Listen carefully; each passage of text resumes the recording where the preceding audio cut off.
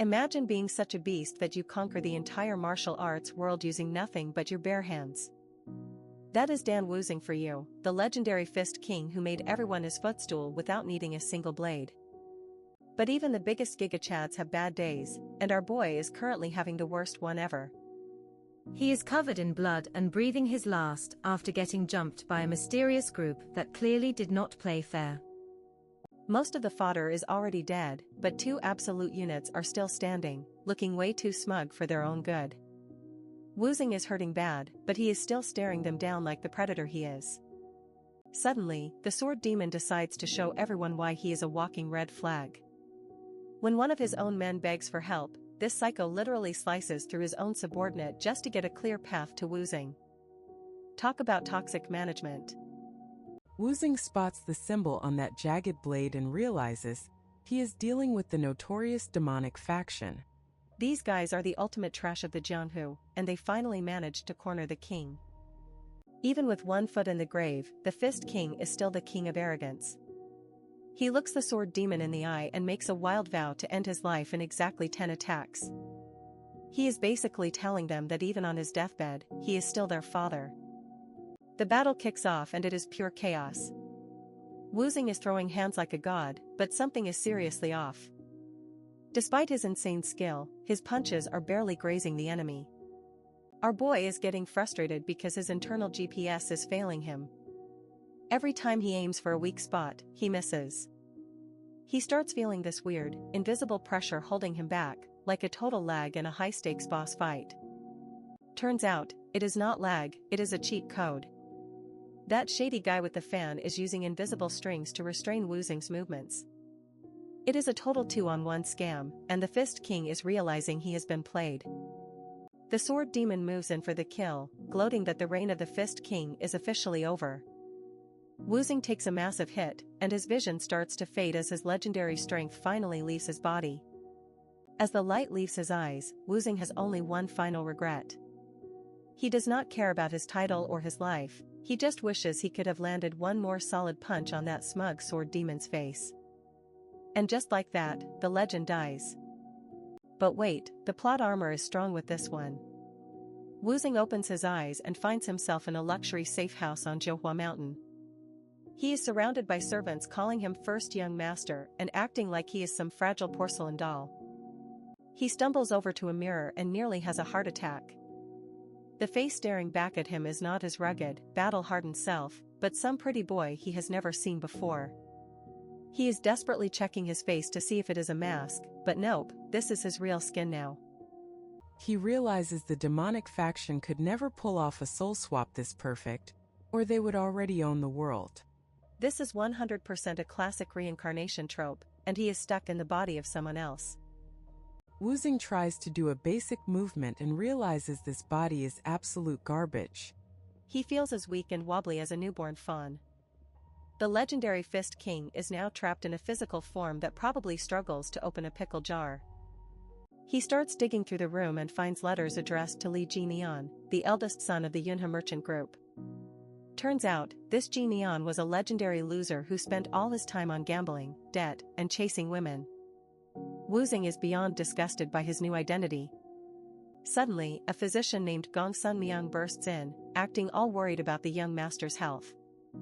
He is putting on a big show of being a loyal servant, but Wuzing's internal alarm bells are screaming. The physician offers him some dragon and phoenix soup, claiming it will invigorate his body. Wuzing takes one look and realizes this dish is straight up poison for someone in Jineon's condition. This doctor is a snake trying to finish the job. Wuzing plays it cool and asks about the current year of the big martial arts competition.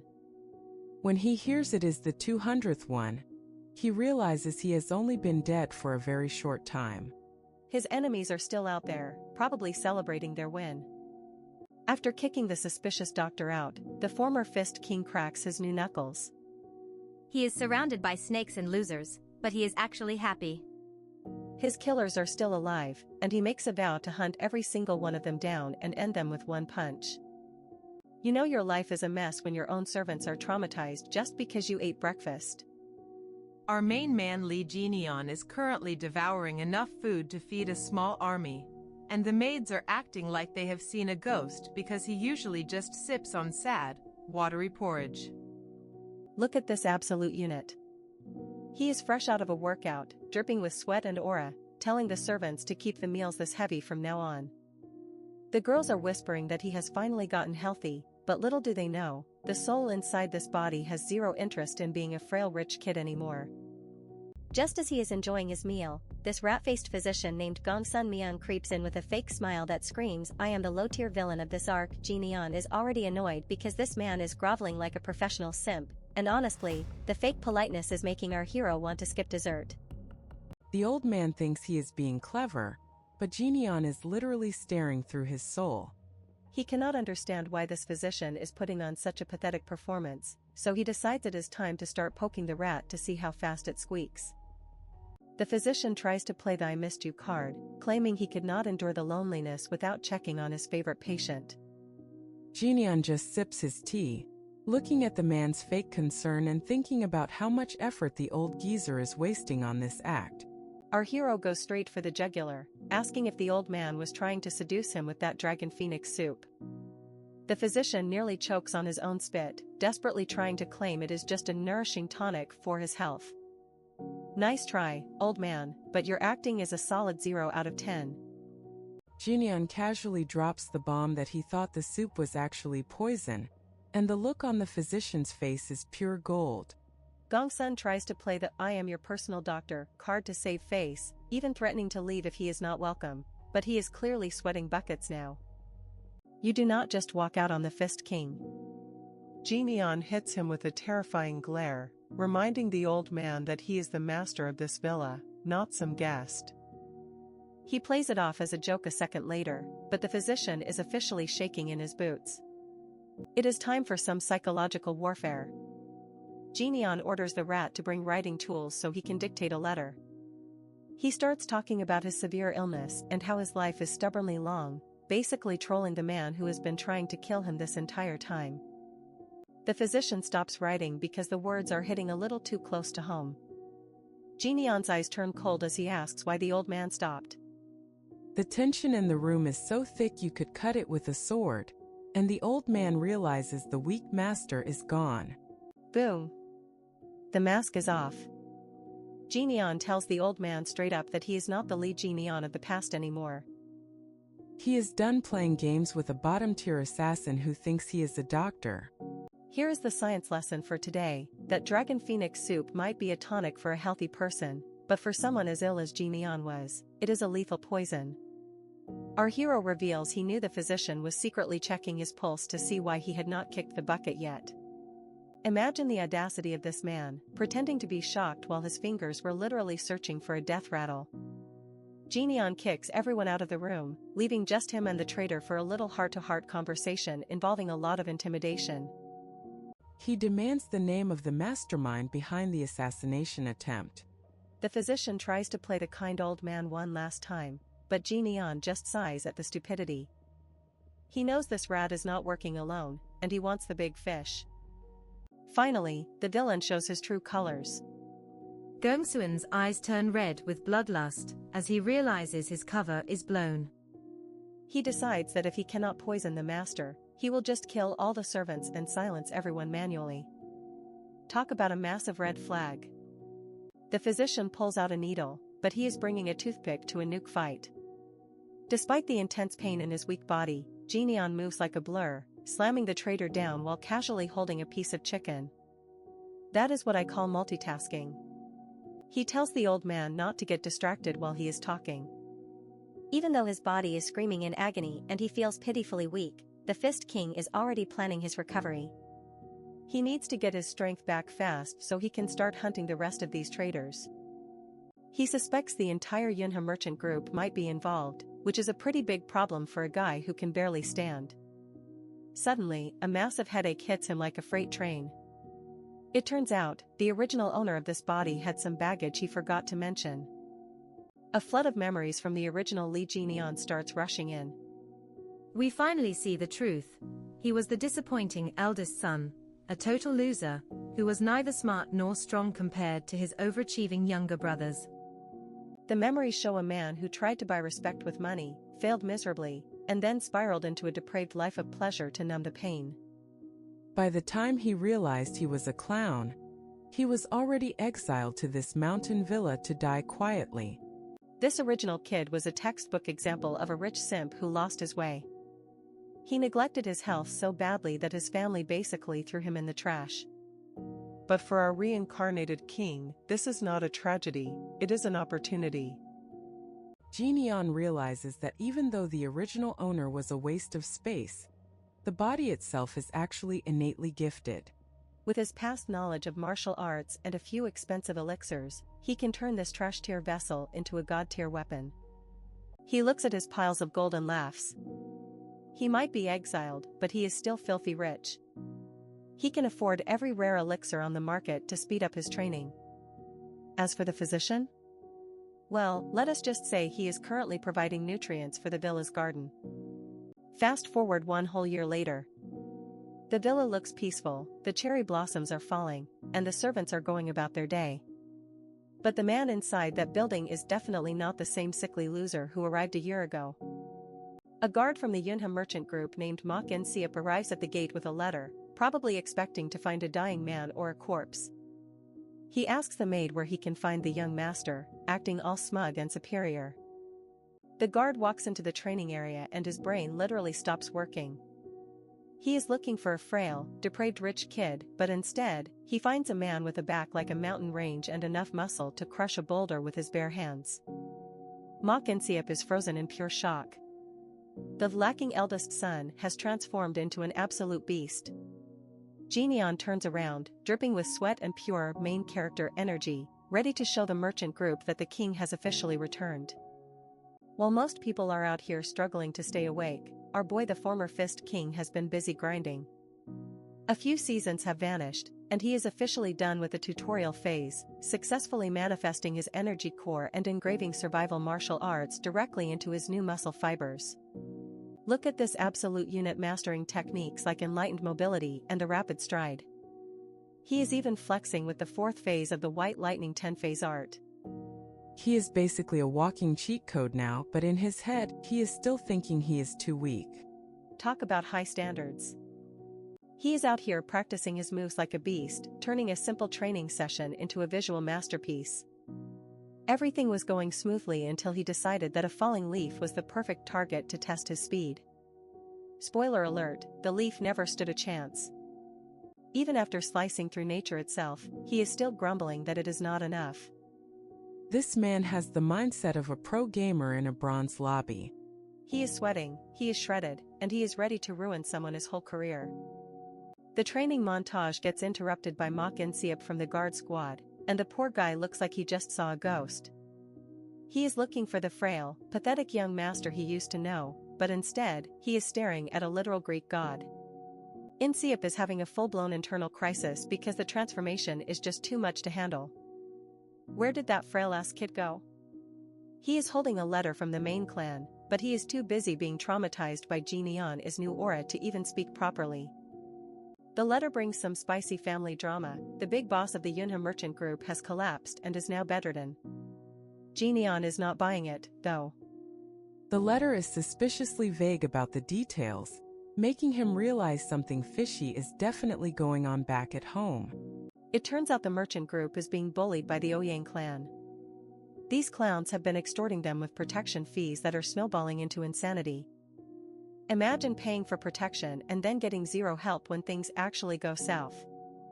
That is the definition of a scam. Genion is listening to this and realizing the Ouyang clan are basically glorified parasites. They even ignored a trade tax crisis from another sect because they only deal with the main clan when it is convenient for them. They are basically the ultimate red flag organization. Then we have the big bad, Ouyang Hu. This guy is a legend in the Jianghu, but he treats merchant groups like dirt beneath his boots. He is strong enough that even people like Siap are terrified of him, but Genion is just sitting there with a smirk, already planning how to dismantle their whole operation. But wait, there is more. The real reason the father collapsed wasn't just the stress, it was witnessing a violent sword fight between his own second and third sons. Imagine being a father and seeing your kids try to turn each other into shish kebabs. I would collapse from pure rage too. Genion realizes his brothers are absolute rascals who need a reality check. He decides he can't just sit back and watch the family business burn down.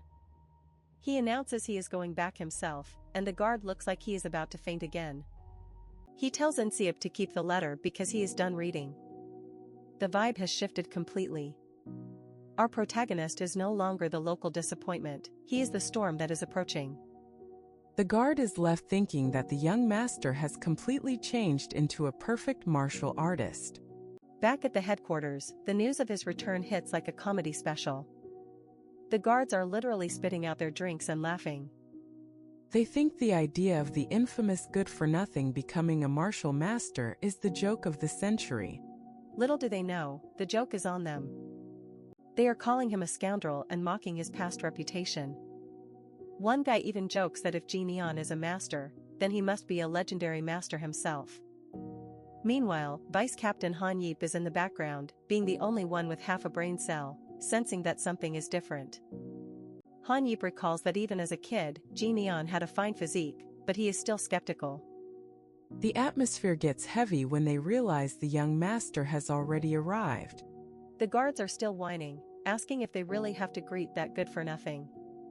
The audacity of these simps is unreal. Han Yeep has to remind them who actually pays their salaries.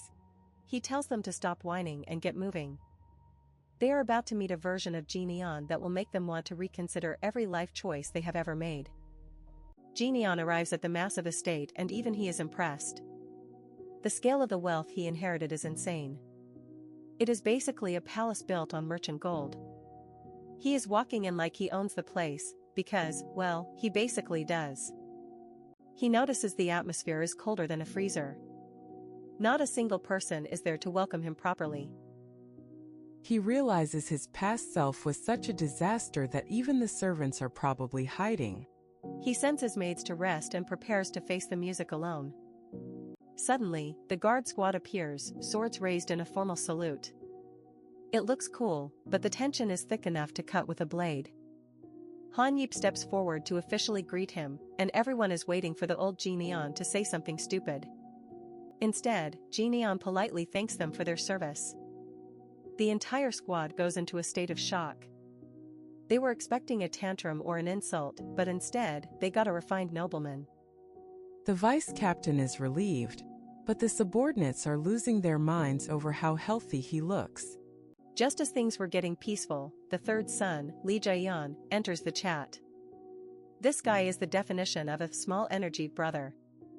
He immediately starts hurling insults, calling Genion a perverted loser and mocking his new, serious expression. Jian is out here acting like he owns the courtyard, completely ignoring the fact that his brother looks like he could bench press a horse. He even starts bullying the vice captain for showing Genion respect, literally smacking the poor guy.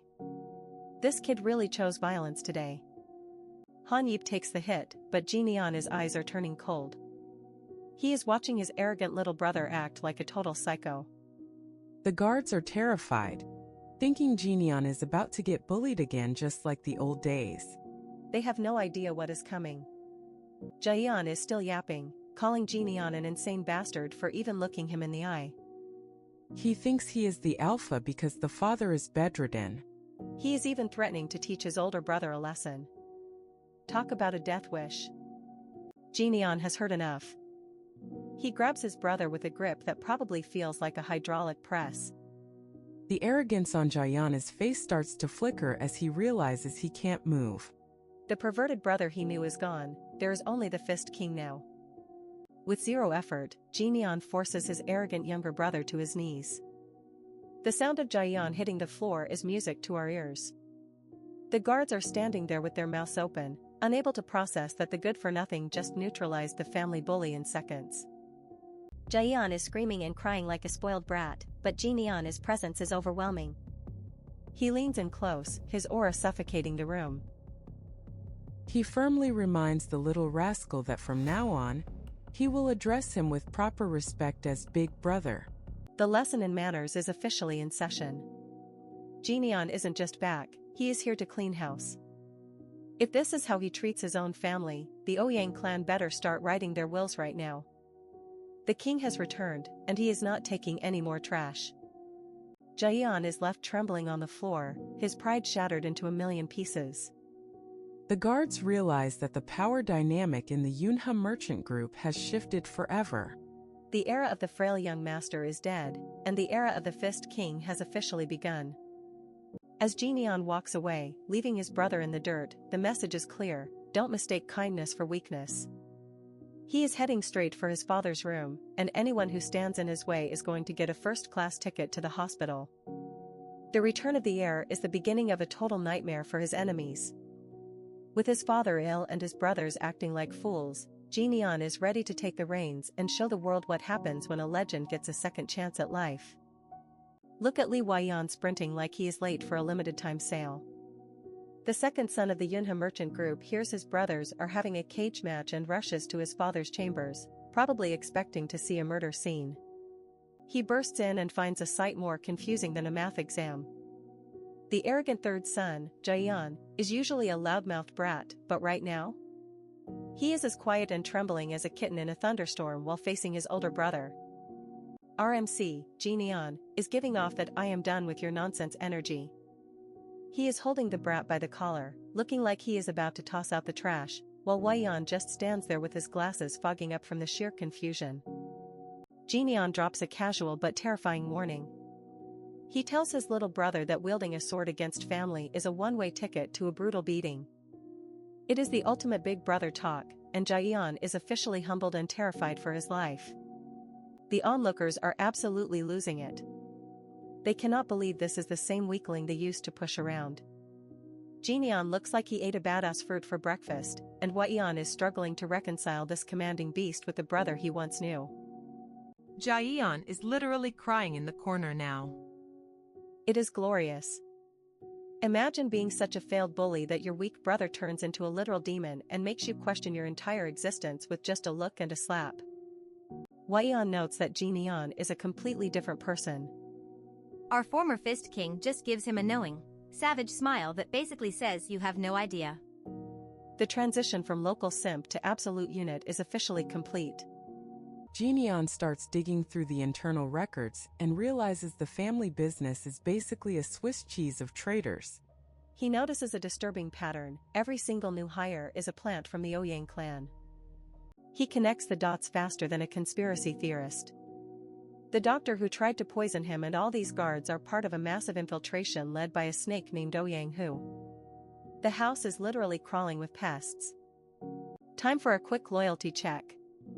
Jineon turns to his siblings and asks if they are in on the Oyang clan's plot to steal the family business. He is basically giving them one chance to prove they are not absolute red flags before he deletes them. The brothers react with such genuine horror that it is almost funny. They might be annoying, but they are not suicidal. Seeing their loyalty is real, Jineon decides they get to live another day, sparing them from his legendary wrath. RMC is not just playing defense anymore. He announces he is going to attend the high-level conference tomorrow to start some aggressive restructuring. By restructuring, he definitely means breaking some bones and taking names. He finally enters his father's room. The leader of the group, Lee Seongmin, is looking absolutely drained. He is bedridden and physically depleted from all the stress of his business being slowly cannibalized by vultures. Seeing his old man in such a pathetic state actually strikes a chord. Jineon realizes how much his father has suffered while he was away. It is the classic son returning to fix everything moment, but with way more violence. Jineon holds his father's hand and makes a cold promise: he is going to eliminate the root cause of all this stress. His smile is so chilling that even his dying father looks a bit unsettled, like he is not sure if a son or a reaper just walked in. We get a quick flashback to the original Jineon's memories. The father was once a great and big person in the boy's eyes. Seeing him so small and frail now is the ultimate motivation for the Fist King to go full John Wick on his enemies. The contrast is heartbreaking. The giant man who held his hand as a child is now a withered shell. Jineon tucks him in like he is preparing for a war, his eyes glowing with the kind of intent that usually ends in a high body count. As he leaves, the aura he projects is heavy enough to crush a weakling. He is done playing the role of the recovering patient. Tomorrow, the merchant group is going to learn exactly why you do not mess with the king's family. The next day, the conference starts, and it is a total circus of traitors. Ouyang, who is sitting there looking smug, acting like he already owns the place. He is the guard squad leader and the main leech sucking the family dry. Ouyang, who sees the eldest son enter and immediately starts mocking him. He thinks Genion is just there to beg for his position. The level of overconfidence this man has is actually impressive considering he is about to hit a brick wall. This snake tries to pull a power move. He suggests assigning one of his own lackeys as Genion's personal guard. It is a blatant attempt to keep the MC under constant surveillance while acting like he is doing him a favor. Ouyang, who is literally laughing, manipulating the crowd and treating the MC like a joke. He thinks he has already won the game. He is basically dancing on a landmine and calling it a performance. Suddenly, Genion stands up and interrupts the whole circus. He calmly states that he has some complaints and a counter-proposal of his own. The room goes quiet as the weakling walks toward the center with absolute boss energy. He points directly at the traitor and suggests the immediate termination of Ouyang Hu. The shock in the room is so loud you could hear a pin drop, followed by a wave of disbelief. He really just fired the most powerful man in the room. Ouyang Hu starts laughing like a maniac, asking how a bedridden fool thinks he has any say over him.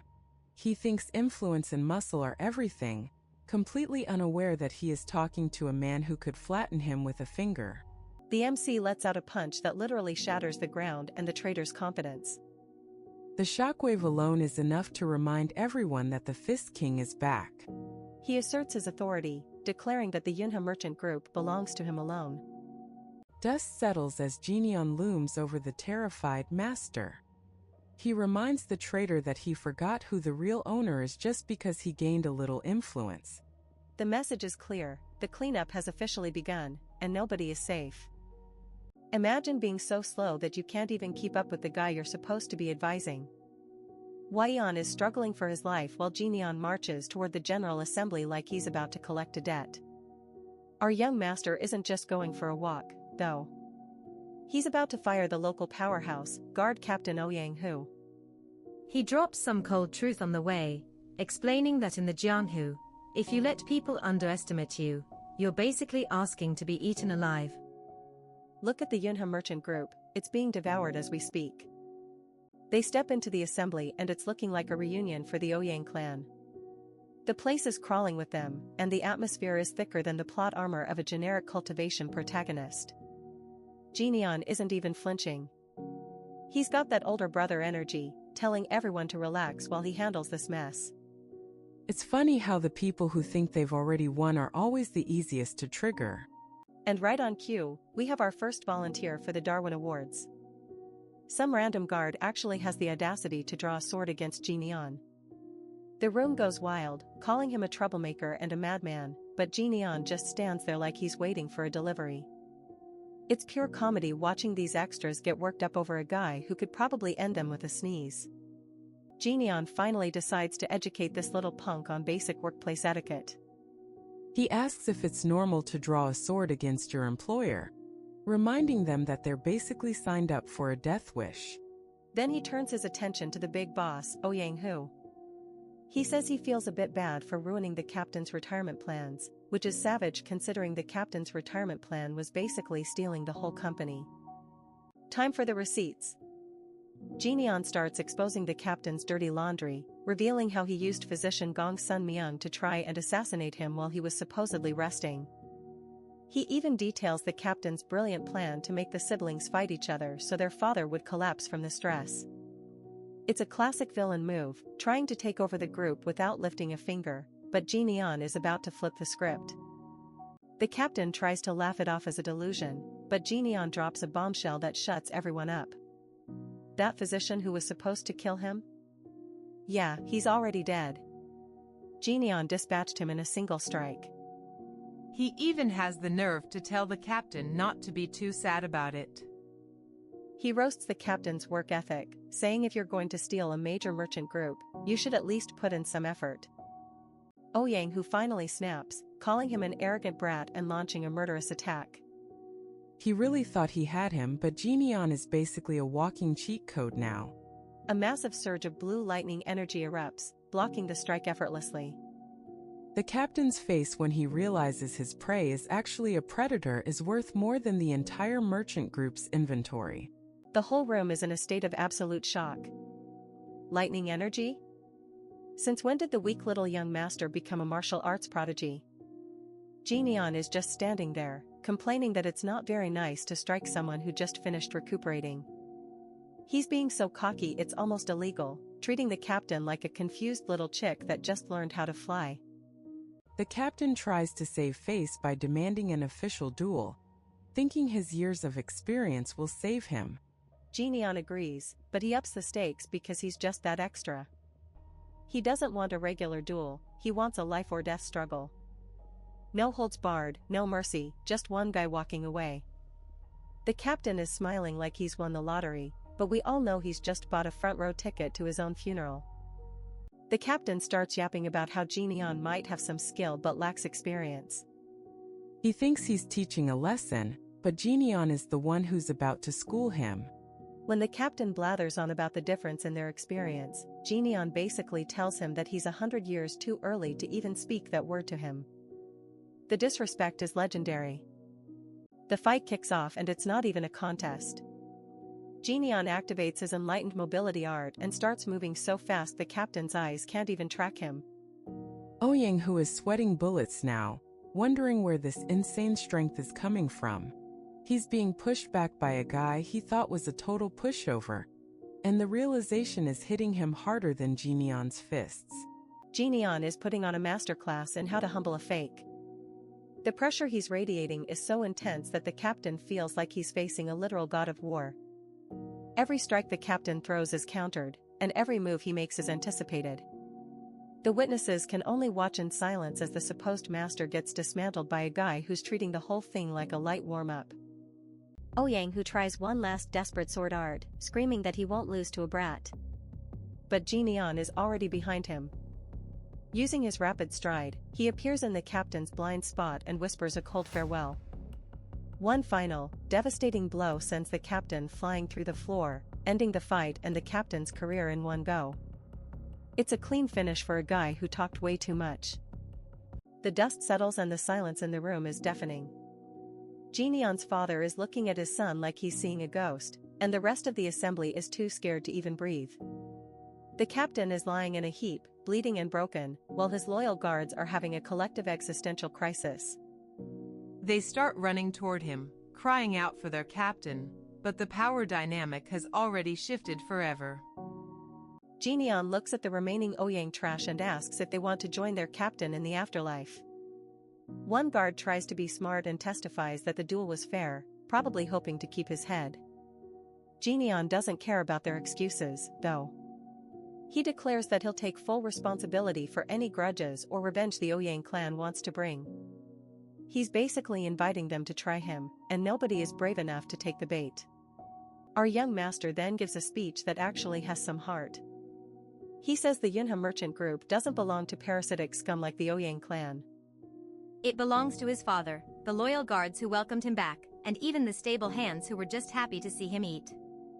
He's drawing a line in the sand, letting everyone know that the days of the group being toyed with are officially over. Then comes the best part, the mass firing. He tells the whole Ouyang squad to get lost because they're all fired. The shock on their faces is priceless. They try to walk away with some dignity, but they're basically leaving with their tails between their legs.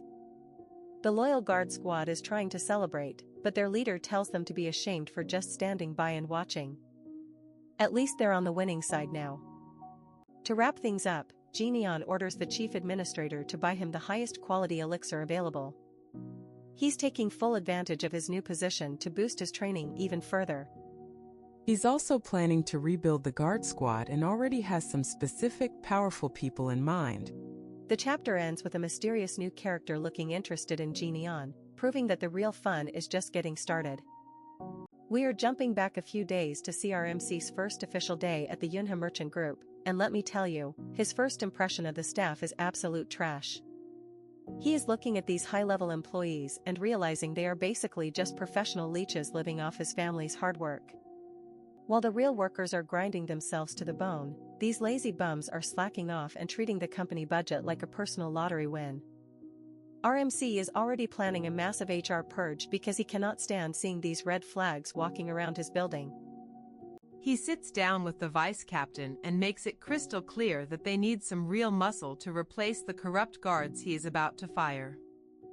He is not looking for typical guards, he wants top-tier talent that can actually hold a sword without shaking. He heads straight to the local gambling den, a place where the original owner of this body was legendary for being the ultimate pushover. To these thugs, RMC is not a master, he is just a walking ATM that they have missed dearly while he was sick. The thugs at the entrance are genuinely shocked to see him alive, but they do not show any respect. Instead, they are already whispering about how they are going to swindle him out of every single coin he has on him today. One insolent lowlife tries to get way too comfortable and put his hands on RMC, but the vibe shifts instantly. The MC hits him with the ultimate roast, telling the guy to get lost before he gets pig grease all over his clean clothes. He finally walks into the inner sanctum to meet Chulmyungo, also known as the Poisonous Fox. This guy is the definition of a fake friend who has spent his entire life exploiting the MC's kindness and bank account.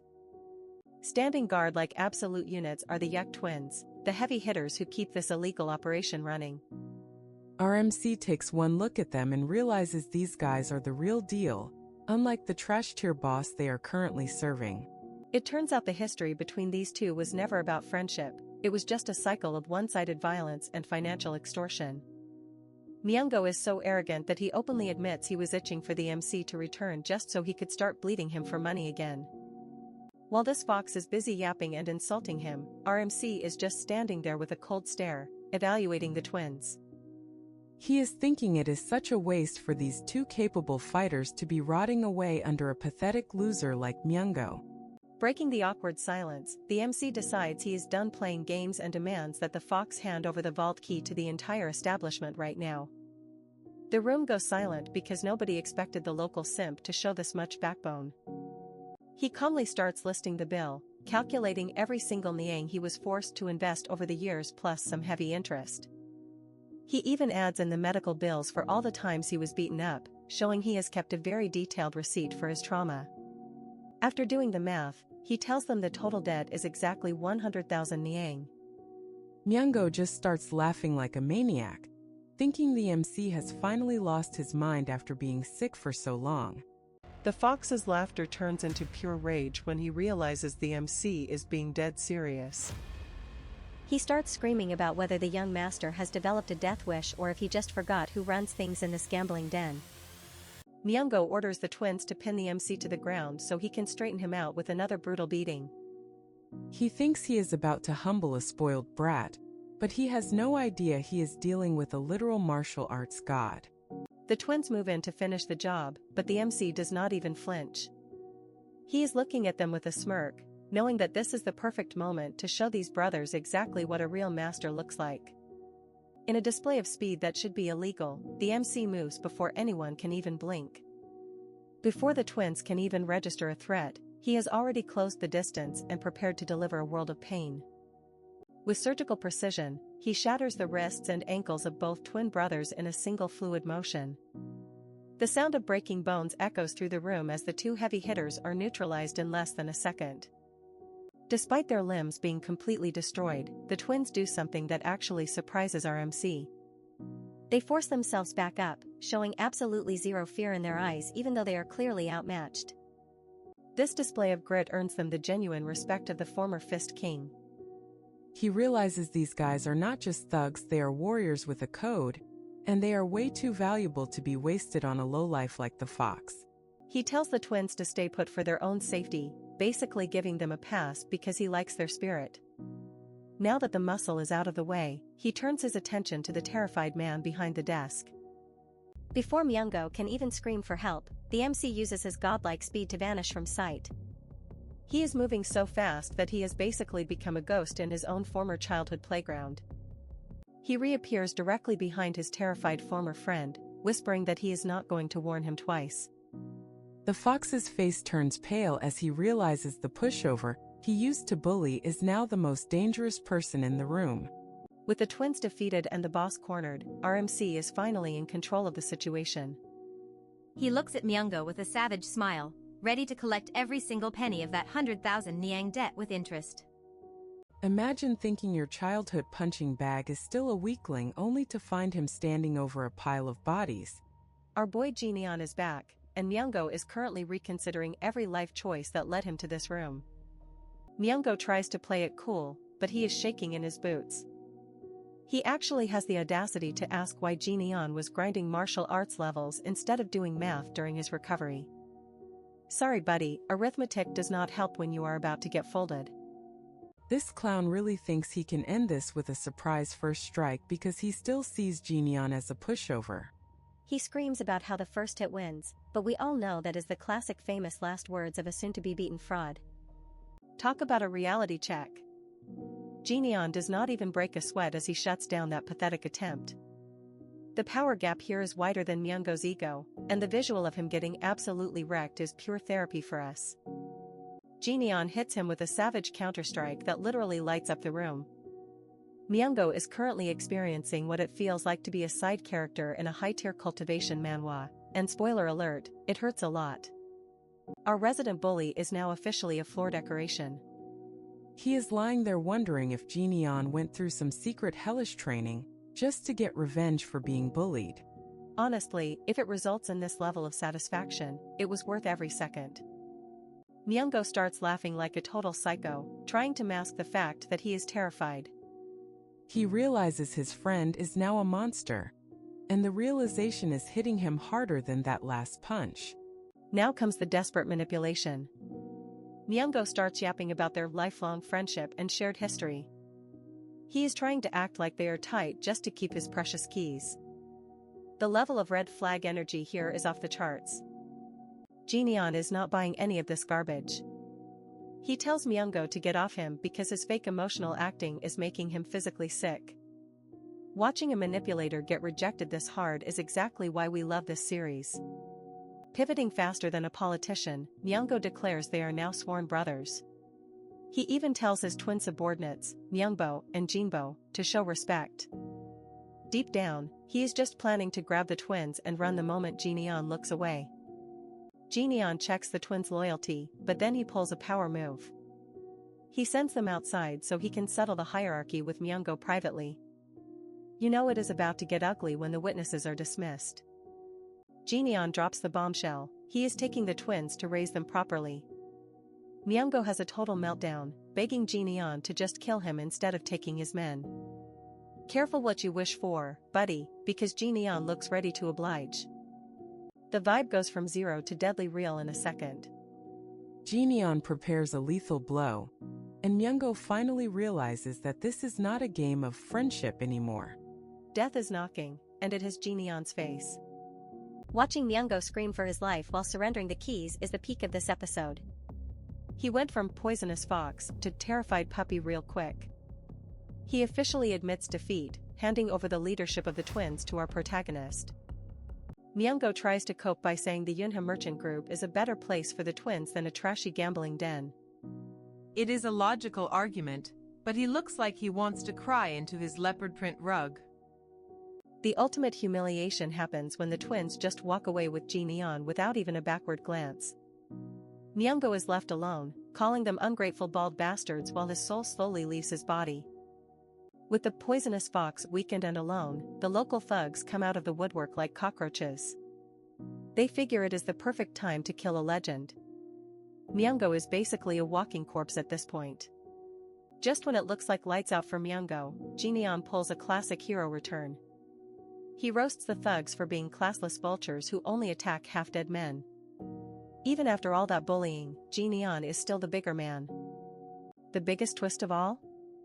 The twins thank Jineon for saving Myungo. It turns out they were not slaves or followers out of fear, they actually had a genuine bond with that crazy fox. Jineon realizes that even in his second life, reading people's true intentions is the hardest mission of all. He walks away with his new crew, leaving a very confused and very beaten Myungo in the dust. As the dust settles, the power dynamic in this city has officially shifted. Our boy has the keys, the twins, and the respect of the streets. Myungo is lucky to be alive, and someone is watching from the shadows wondering if that is really the Jinyeon they knew. The chapter ends with a lingering question about who is truly pulling the strings in this world. But for now, we feast on the tears of fallen bullies. Stay tuned, because the real drama is only just beginning. Jinyeon's transformation is leaving everyone speechless. The twins are carrying the boxes, the sun is setting on the old regime, and our protagonist is looking more like a king every single day. People used to wonder why those twins followed a psycho like Myungo. Was it fear? Slavery? Nope. It was a bond that even Jinyeon underestimated. This world is messy, but our boy is finally learning how to navigate the chaos. As Jinyeon walks into the sunset, the mystery deepens. Someone is spying on him, shocked by his new strength. Is it a new enemy or an old flame?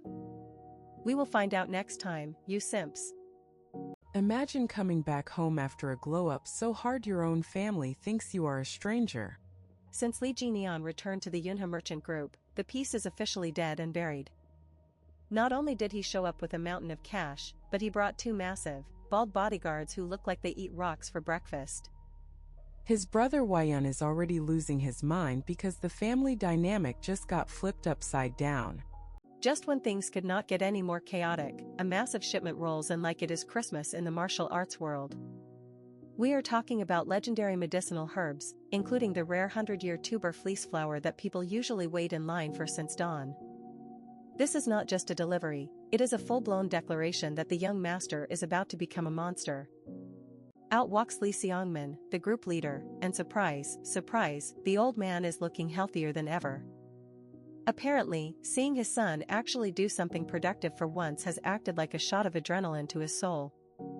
He is out here walking around and making big moves while his subordinates look on in absolute awe.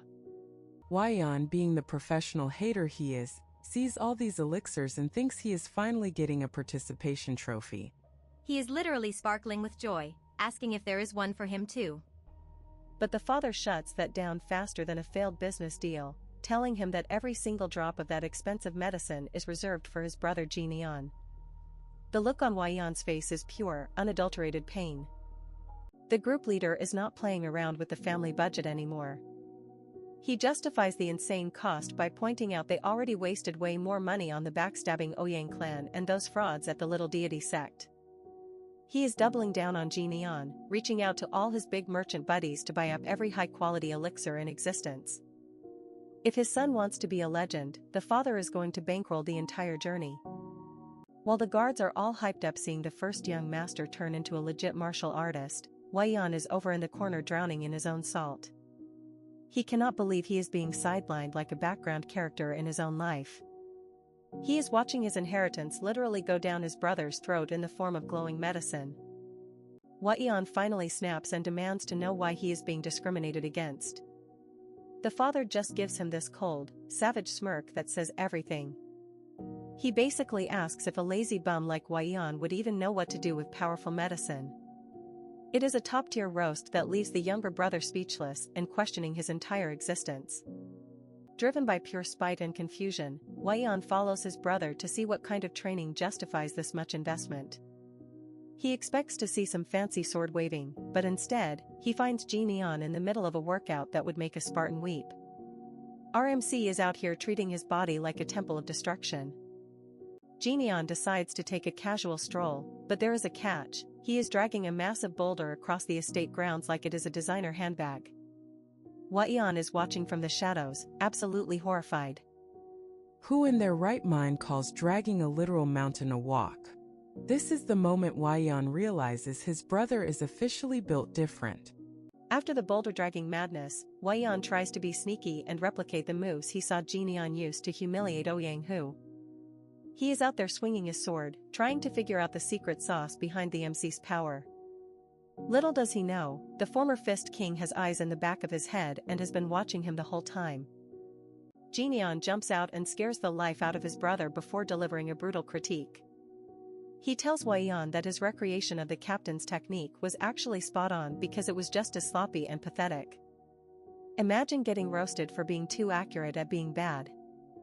That is the level of disrespect we are dealing with here. The MC starts dropping some high-level combat knowledge, explaining exactly why the captain's approach was a total failure. He shows how he destroyed the man's feint and closed the distance before the guy could even blink. It is a masterclass in tactical violence, and Waiyan is just standing there trying not to pee himself. He breaks down the three-form sword art, calling it a lethal one-hit kill move that requires way too much caution to be effective against someone like him. Jinian is basically telling his brother that fancy names do not mean anything if you cannot hit your target. He is out here teaching combat psychology while Waiyan is just trying to process the fact that his brother is a literal god of war. Once he is alone, Jinian gets all philosophical and realizes that his current body is basically trash compared to his prime. He calculates that he is barely at a quarter of the strength he had as the Fist King. Most people would be happy being a local powerhouse, but our MC is disgusted that he is even struggling with small fry like Yang Hu. The warrior remembers the enemies from his past life, the ones even he could not overcome at his peak. This is the real motivation. He does not just want to be strong, he needs to become an absolute deity to make sure he never tastes defeat again. The training intensity is about to go from a 10 to 100 real quick. The serious vibe is interrupted by the arrival of some old playboy friends, Ju Jaryong and Sima Guk. These guys used to run the streets with the old Jinian, chasing girls and wasting money. They heard rumors about his change and came to see if their favorite party animal had really turned into a monk. They are in for a very rude awakening. When they finally see him, they are completely speechless. The man standing before them is not the skinny playboy they knew, he is a hulking tower of muscle and killing intent. They literally start wondering if the merchant leader just adopted a new, better kid and threw the old Jinian in a dumpster somewhere. The cognitive dissonance is hitting them hard. Jinian does not even give them the time of day. He maintains his boss energy, ordering his servant Mayo Hyang to take the twins to get fed because big guys need big bowls. As the playboys stand there paralyzed by his overwhelming pressure, they are internally screaming for someone to save them. Welcome to the new era, boys, the playboy is dead, and the king is here to stay. Meet the self-proclaimed 4 heavenly kings of wine and women. Sounds legendary, right? Wrong. It is actually just a bunch of high-tier playboys and losers, including a guy with irritable bowel syndrome and our former pushover lead, Li Jinian. They have all gathered at the merchant estate because they cannot believe the local weakling actually returned from exile looking like a total snack. These so-called friends are practically vibrating with curiosity, trying to figure out how their bottom-tier buddy suddenly grew a backbone. Jinian remembers these guys as the unruly drunken idiots who spent every waking hour chasing skirts and liquor. It is the ultimate gathering of the Red Flag Squad, and honestly, the vibes are immaculate. As they sit down to eat, the atmosphere shifts faster than a mood swing. Jinian is eating with such a terrifying intensity that his friends are low-key scared he might bite the table. One of them even grabs his arm, realizing that this is not just secret training, this man has reached a level of martial arts that should be physically impossible for a merchant heir. The rumors are true, our boy actually crushed Yang Hu, and the group is losing their minds. When they demand to know who taught him, Jinian just hits them with the classic "I got lucky" line. He claims it was just a fateful encounter in the Jianghu, but we all know that his main characters speak for, "I have a cheat code and you do not." Jinian looks them dead in the eye and drops the coldest line yet, stating that the old version of himself is effectively dead. He is not here for the wine or the ladies anymore. He has got massive debts to repay to the faction that ruined him, and he is going to help the merchant group while preparing for a total war. Talk about a glow-up with a side of vengeance. The playboys are left feeling incredibly awkward because their favorite drinking buddy is now a literal killing machine. They realize they are basically walking into the wrong house at this point. Jinian is laser-focused on getting stronger, leaving the rest of the squad wondering if they should have kidnapped him before he got sent away. Sima Guk tries to play it off, saying this exile was actually a good thing for Jinian to recover and change. Jinian just gives a hauntingly calm smile, agreeing that the change is exactly what he needed. You can practically see the main character energy radiating off him while his friends just stand there looking like background NPCs. The group tries to celebrate the transformation, but the gap between them is becoming a canyon. They pour drinks and try to force the old vibes, but Jineon is just built different now. Even the way he holds a cup is intimidating. It is a celebratory toast that feels more like a funeral for their shared past of being total wrecks. The banter is still there, with the guys roasting each other about being hungover or taking long bathroom breaks, but the realization is sinking in. Even Jineon had real friends once, but those days are fading. He is looking at them like they are relics of a life he has already outgrown, and it is honestly a bit savage to watch. Jineon asks the million-dollar question, what about them? Are they going to change too? The group immediately defaults to their unruly wreck personas, laughing it off and saying they would not be themselves if they changed easily. It is the classic frogs in a well mentality, and Jineon is the only one who bothered to look at the sky. They clink cups one last time, but the reflection in the wine tells the real story. They are all still stuck in their shallow little well while Jineon has already climbed out and seen how big the world really is. The bittersweet realization that their group is effectively broken is hitting them hard, even through the drunken laughter. One of them finally admits it, the worst screw-up of the bunch is the only one who actually grew up. As they watch Jineon walk away, the feeling of youth being over sets in. It is a rare moment of self-reflection for a bunch of guys who usually only care about the next brothel visit, and the loneliness is starting to bite. The playboys depart, telling Jineon to keep training so he does not get beaten up again. It is a nice sentiment, but they are the ones who look small now. As they walk through the night, they try to decide between going home to study or hitting up a sweet scent house for one more round. Old habits die hard, especially when you are a dedicated simp. Simaguk is still complaining about flunking his exams, proving that some things never change. They head towards the sweet scent house, trying to reclaim a youth that is clearly slipping through their fingers. Meanwhile, the real plot is thickening elsewhere, and it involves a lot more blood than their usual bar fights. We shift to the base of the little deity sect, where sect leader Yeom Jisung is busy being a total psycho. He gets the news that Ouyang-hu is dead, and his reaction is basically L+ ratio. He cannot believe a supposed swordsman got crushed in less than 30 exchanges by a kid using nothing but his bare fists. The report is brutal. Ouyang-hu did not just lose, he was absolutely demolished.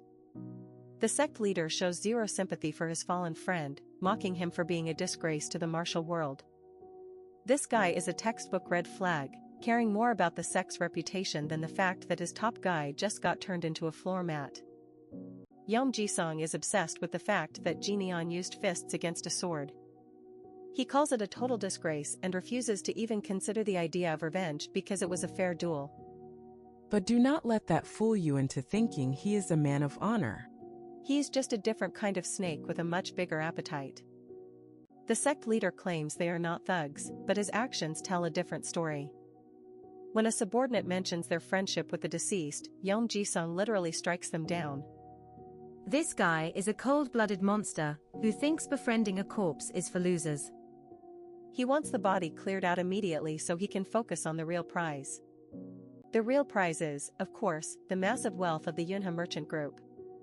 The sect leader is already calculating how much the young heir would be worth as a hostage.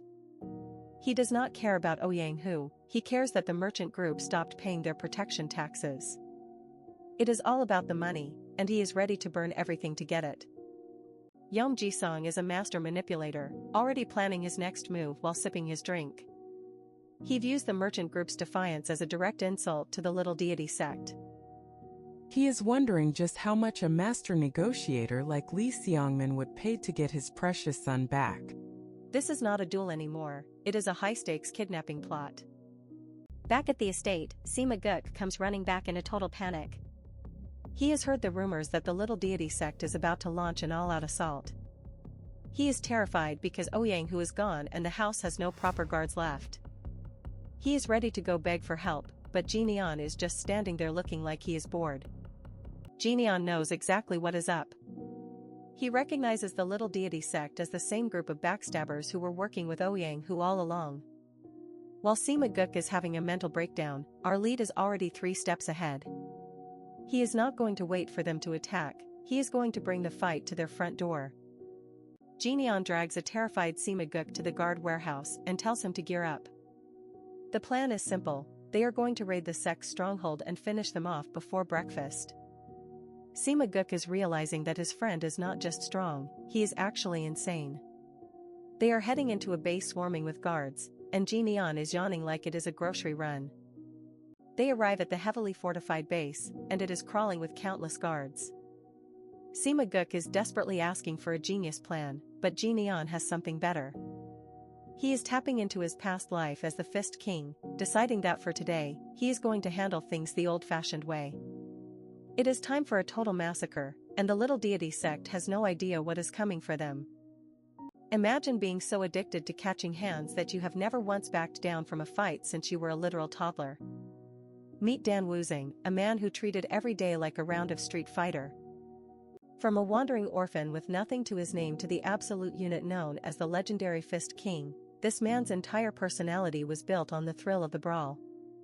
Fast forward to the present, and our boy Jineon is keeping that same energy by barging into the little deity sect's front door like he owns the lease to the building. The local guards are having a total meltdown over his insolence, but Jineon just stares them down, making it crystal clear that if he has to ask for their leader a second time, it is going to get very ugly very fast. Just when the tension is peaking, the big boss Yeom Ji-sung finally decides to show his face, wondering which suicidal brat is currently turning his front gate into a circus. When asked for his business, Jineon deadpans that he is an assassin who just happens to prefer the direct approach. The sect leader is confused until he recognizes those expensive hands belong to the heir of the Yunha merchant group. Suddenly, the old man's fake hospitality evaporates faster than a simp's bank account. He sees a golden opportunity to grab some massive leverage over the merchant group. Without a shred of shame, Ji-sung drops the mask and orders his entire army of disciples to seize the young master, clearly planning to turn this into a high-stakes kidnapping. Jineon just takes a moment to reflect on how long it has been since he was this outnumbered. Even though his current body is a bit of a downgrade from his previous life, he is feeling that familiar itch to start cracking skulls.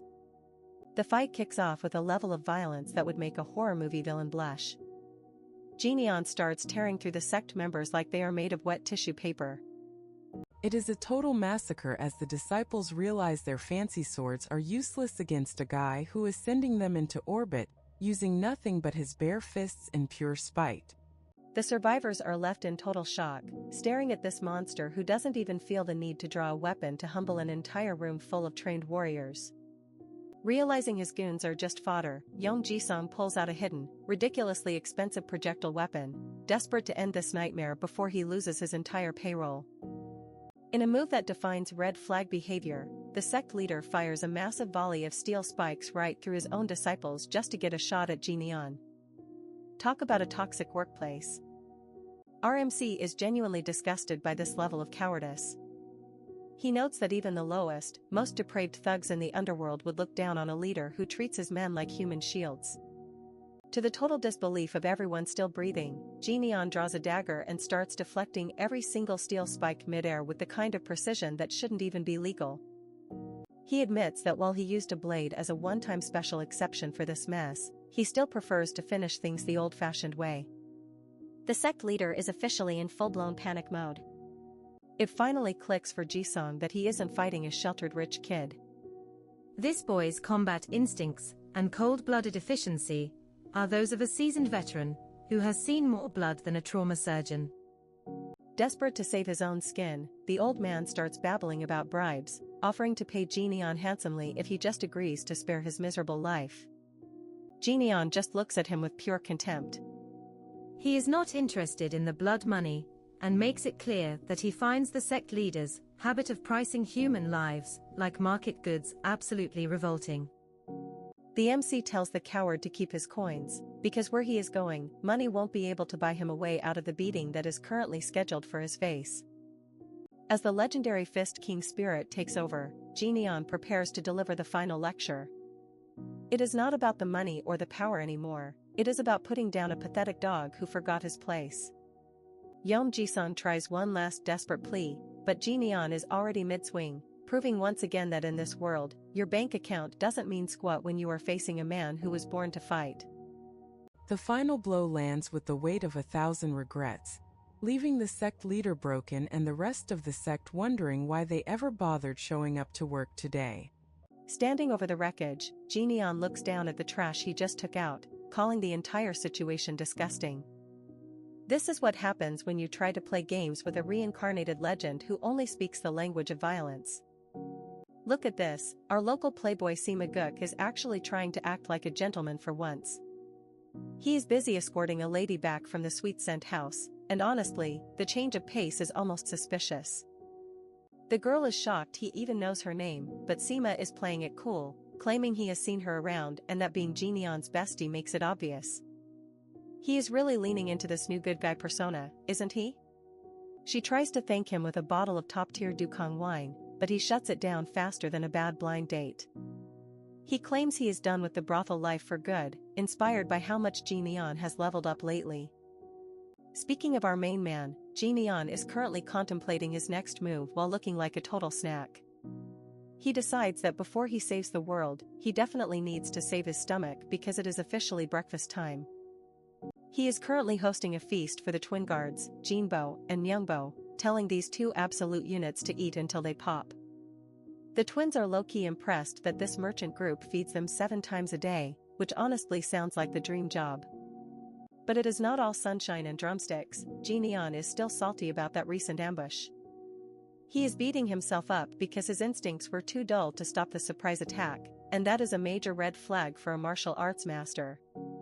He realizes that if he wants to protect this merchant group from the coming demonic storm, standard training just won't cut it. Suddenly, a delivery arrives, and the young master is wondering who is sending him fan mail in the middle of a meal. It is a gift from Guang, who is bragging about only having one drink at the tavern lately. He is basically asking for a gold star for his huge improvement in the sobriety department while dropping off a special delivery. Turns out, Guang was supposed to deliver this to Jineon's dad but got distracted by booze. Inside the box are century-old tuber fleece flowers, and these things are glowing like they just walked off a movie set. Jineon realizes these aren't just 100 years old. They are closer to 5 centuries, which is basically a cheat code for his white lightning art. But wait, there is more. There is a second gift from the Taeho merchant group as a thank you for his loyalty.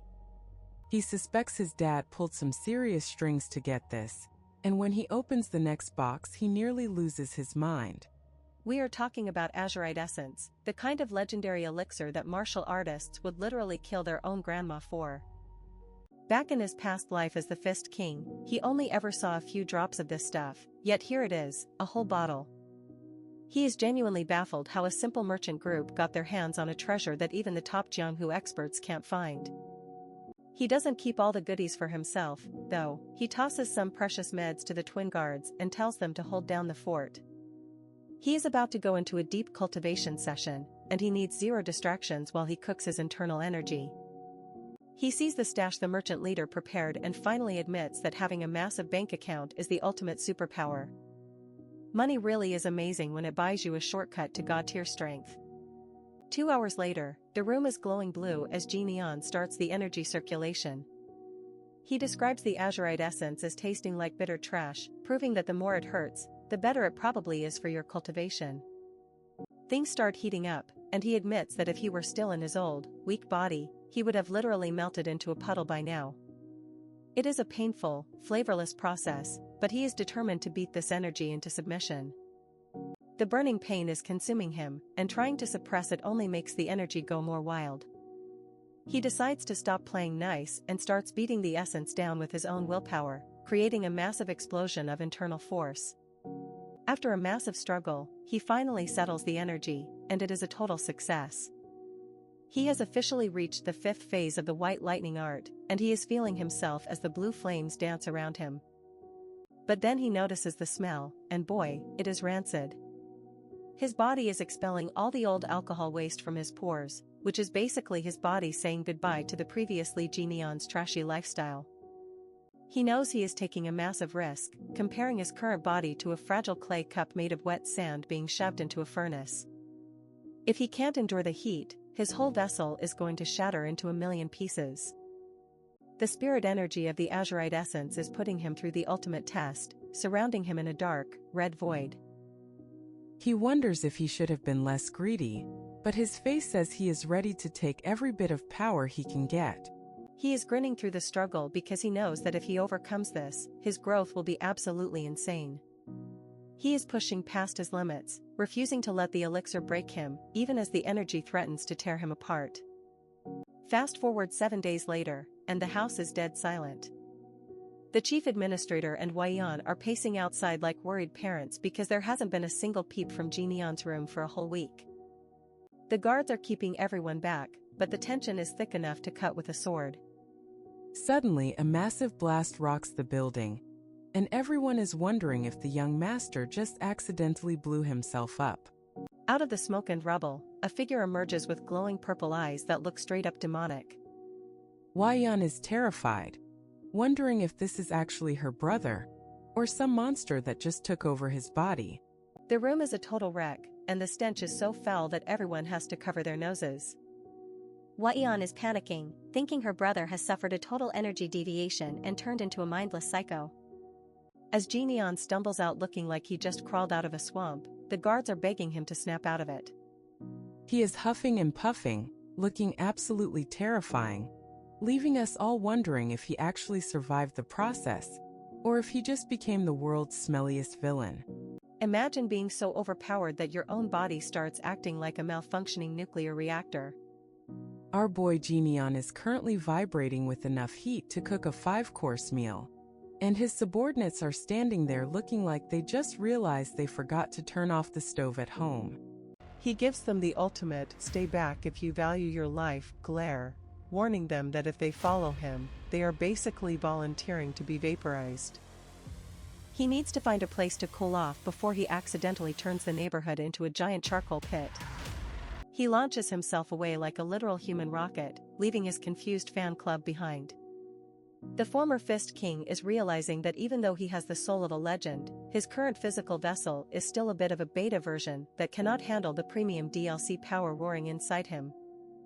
It is a classic case of a high-level engine being stuffed into a budget car frame.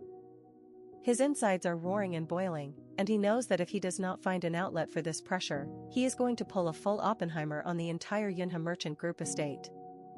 The fear is real because he is not just worried about the estate, he is worried about leveling the entire city street.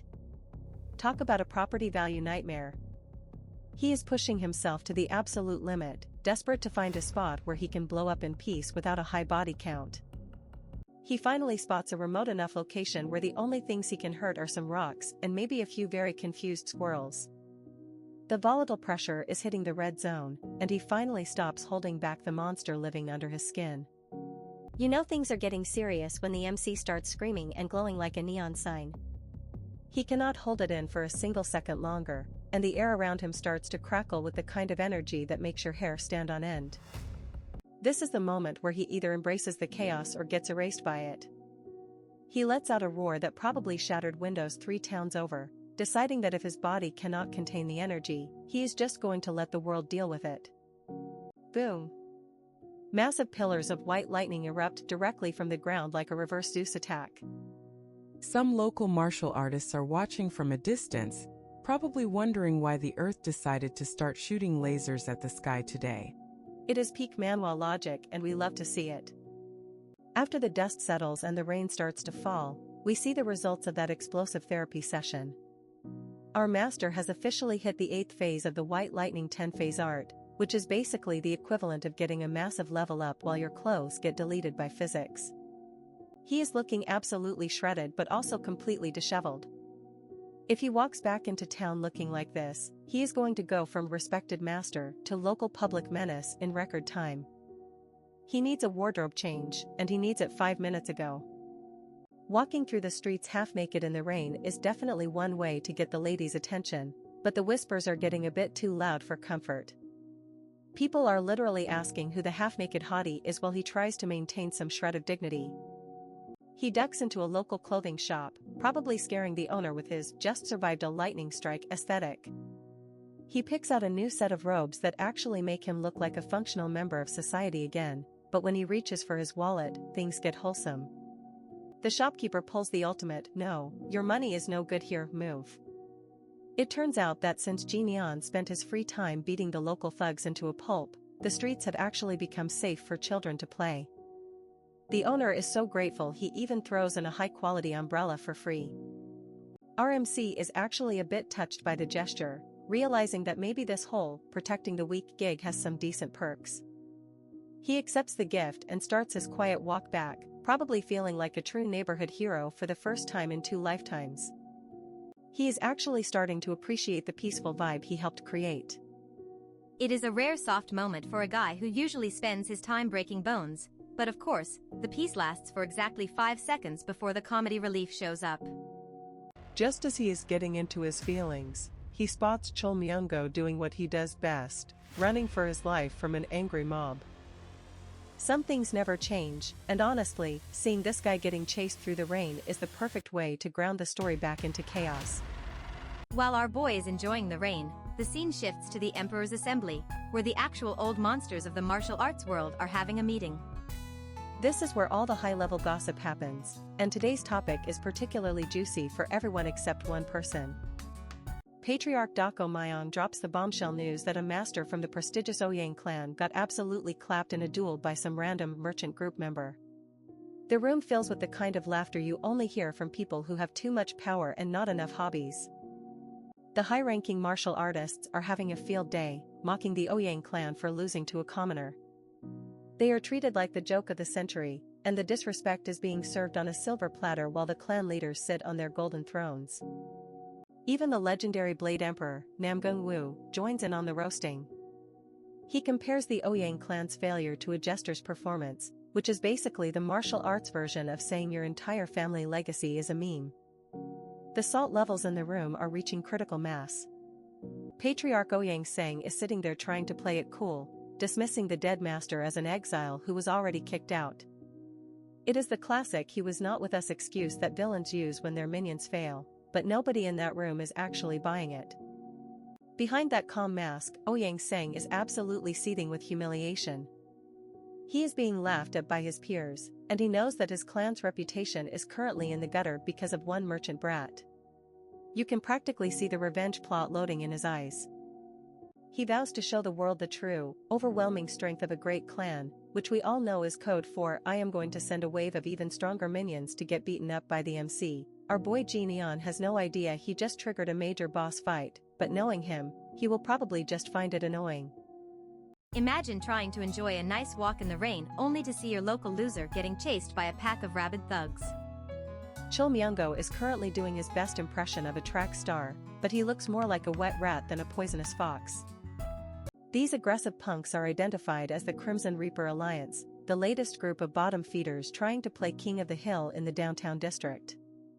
They think they own the place, but they have no idea who they just interrupted. Myung-go explains that these thieving bastards actually swiped his auction business ledgers, turning his life into a constant game of tag where the losers get buried. Honestly, watching him struggle to keep his hair together is the most entertaining part of this rainy day. Despite the blades being pointed at them, our young master Jinian is peak unimpressed. He looks at the thugs and basically tells them to take a hike because Myung-go is currently too busted to provide a decent fight. Talk about being savage to your own friend. The thugs are initially offended that a pretty boy is talking down to them, but then the atmosphere shifts. Suddenly, it feels like a mountain is crushing them, because the pressure radiating from Jinian is straight-up nightmare fuel. One little minion tries to act tough, but the energy in the air is telling them to shut up and pray. Jinian is not in the mood for games, and he is making sure every single one of these thugs feels the weight of their impending doom. After a quick and violent reminder of why you do not mess with the main character, Jinian drops the ultimate threat. He mentions that he is currently starving and very irritable, meaning if a fight starts, he is going to end every single one of their subscriptions to life. Sensing that they are about 5 seconds away from becoming fertilizer, the Crimson Reaper punks decide that retreating is the best health insurance policy. They scurry off into the rain while Jinian and a very hungry Myungo go looking for some carbs.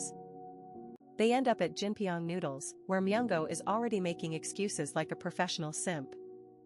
He claims that the only reason he almost died earlier was because he was hungry, not because he is weak. Sure, buddy, and I am the king of the Central Plains. Watching Myungo inhale noodles is a spiritual experience. Jinian notes that his former friend has completely ditched his picky eater persona and replaced it with a stomach that could probably swallow a whole sect.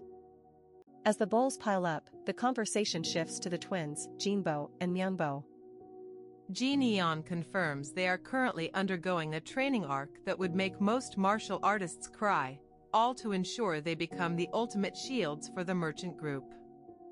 Myungo suddenly gets a spark of ambition and asks if he can learn proper martial arts. He is tired of running from the Crimson Reaper Alliance and their endless swarm of subordinates who move like a bunch of angry bees. Jinian agrees to teach him, but there is a massive catch. He demands that Myungo drop the ego and bow to him as a student. For someone who calls himself the poisonous fox, this is basically the ultimate embarrassment. Myungo tries to argue, even threatening to do something disgusting in front of the Yunha merchant group gates, but Jinian just stares him down. Eventually, the desire for revenge outweighs his pride, and he gives in to the young master demand. The lesson starts immediately, and it is not what anyone expected. Jinian hands him a regular umbrella and gives him a simple instruction: swing it exactly 100,000 times. No fancy moves, just pure, unadulterated repetition. Myungo looks like his soul just left his body. He asks if Jinian is serious about the number, but the young master is dead serious. He explains that there are no secret shortcuts to killing, true strength is built through the discipline that Myungo lacks. The roast continues as Jinian tells him that if he keeps living so pitifully and scurrying around like a drenched rat, he might as well just give up on life entirely.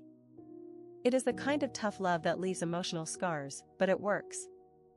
Challenged by the harsh words and the terrifying aura of his new master, Myungo takes the umbrella and commits to the grind. He is determined to finally live up to his nickname and stop being the Alliance punchline. Jinian leaves the shop after paying for the meal, his mind already moving toward his next goal. He made a promise to find the Crimson Reaper Alliance, and we all know he is not the type of guy to break a promise, especially when violence is involved. Meanwhile, in a much darker room, we get a glimpse of the big bad. A mysterious and powerful figure is currently questioning his subordinates about why Myungo was allowed to escape. The Crimson Reaper leader looks absolutely demonic and ready to break some bones. This guy is clearly not used to failure, and his presence alone is enough to make his minions tremble in fear. He wants that ledger back, and he wants anyone involved in the interference dealt with as painfully as possible. The stage is set for a massive collision between the young master of the Yunha group and the Underworld Alliance. Jinian is coming for them, and he is bringing all that oppressive pressure with him to settle the score once and for all. Back at the training spot, Myungo is still swinging that umbrella, his hands probably screaming for mercy. He knows that if he fails this, he is going back to being a rat, and that is a fate worse than death in his eyes. The rain continues to pour as the internal fire in Myungo starts to burn.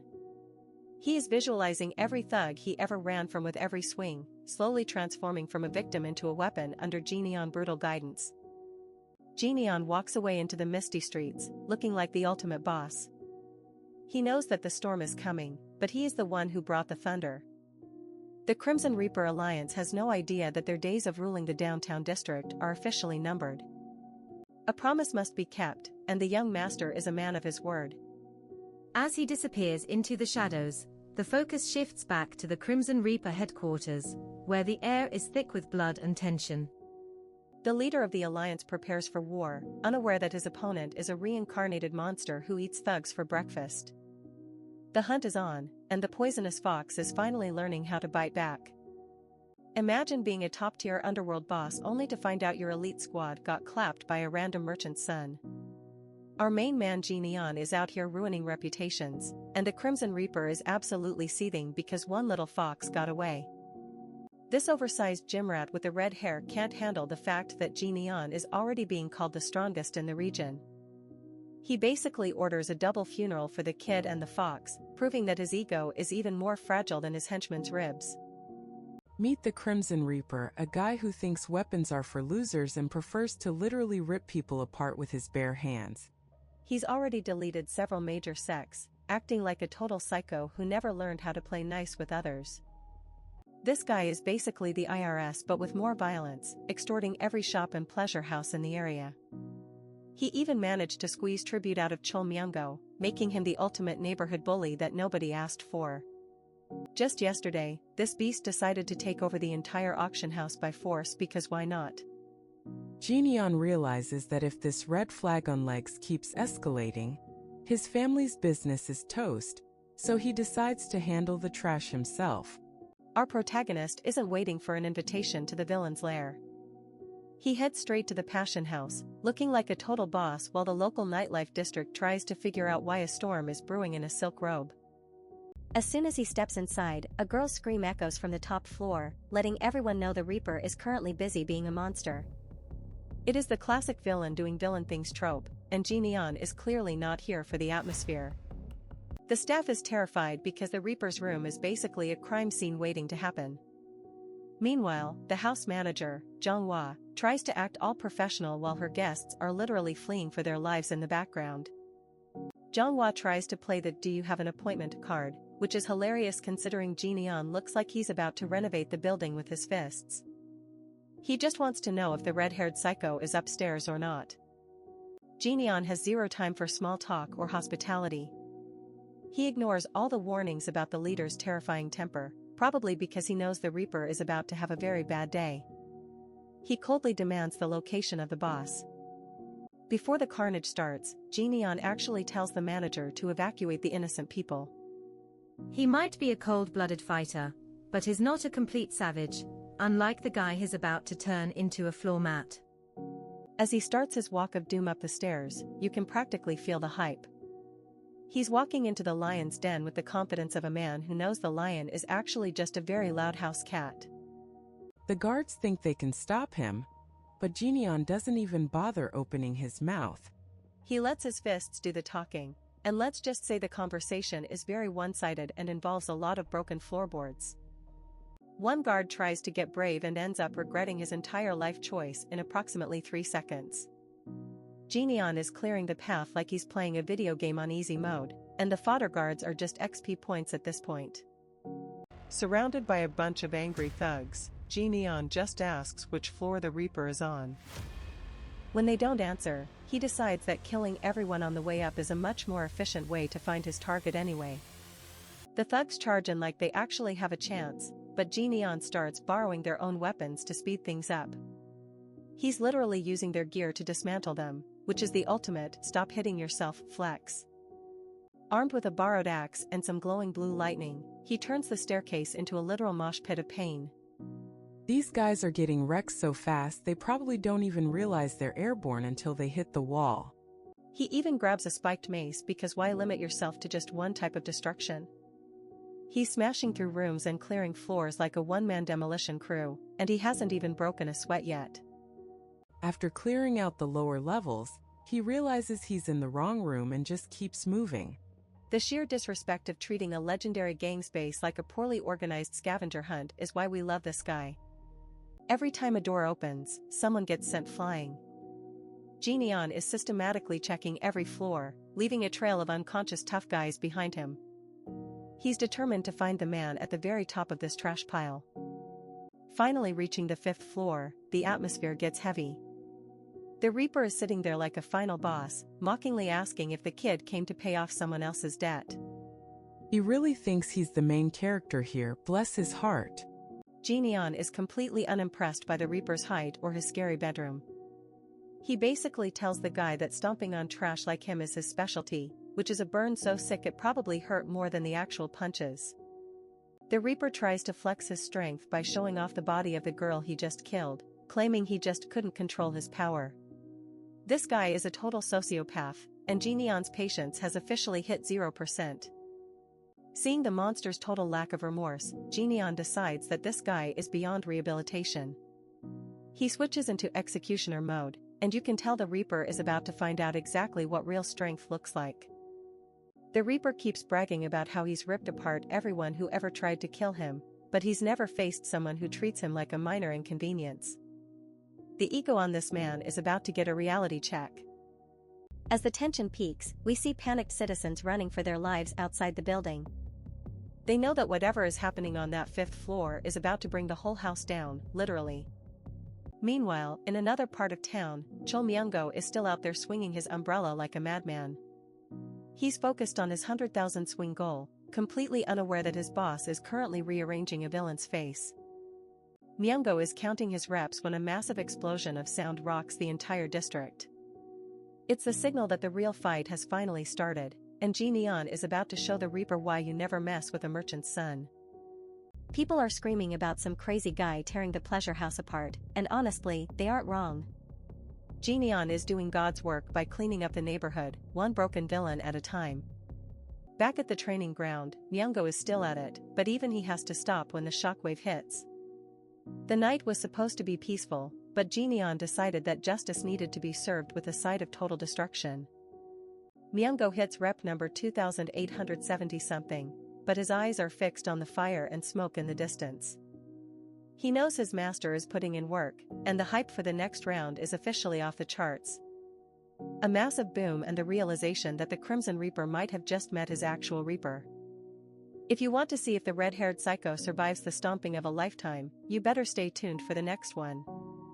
While our boy Chol Myung-go is out here grinding and counting swings like his life depends on it, a massive shockwave rocks the local pleasure house. This is not a drill, the main event just hit its peak and the neighborhood is definitely feeling the heat.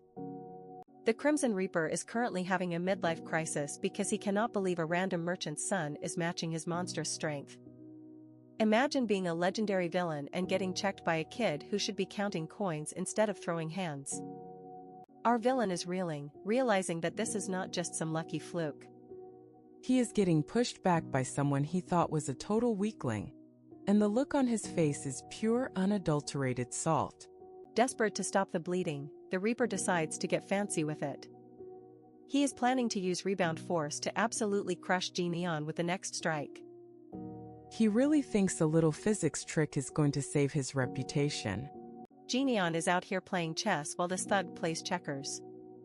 He is calmly analyzing every move, spotting the meteor hammer and meteor fist techniques like he is reading a beginner's manual. It is officially time for a reality check.